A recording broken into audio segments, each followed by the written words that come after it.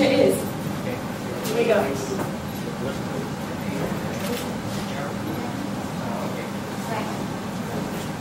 Thank you. It's quite interesting to be first, but I'll just get right into it.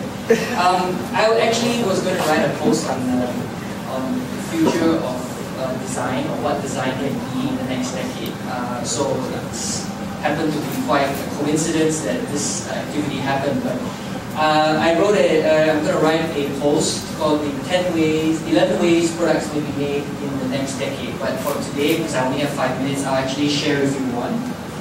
But before we go into that, let's consider a few things.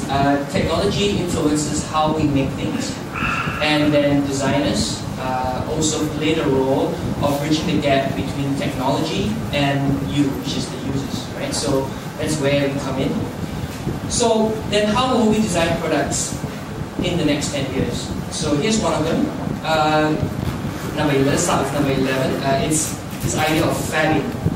Fabbing is short for fabrication, and if you take a step back and look at, I don't know if you can see this, but this is actually the ENIAC, the ENIAC, which is the first multi-purpose computer that was launched in 1946. And that was, 64 years ago. And now we know, 64 years later, we have our iPhones, for example, which is essentially a computer. So we can extrapolate this sort of thinking. We can then consider that now manufacturing technologies and manufacturing in factories can actually eventually evolve and be miniaturized so that a manufacturing machine can actually sit on your desktop. And it has. So this one here on the side is called a desktop factory. It's actually in a prototype stage.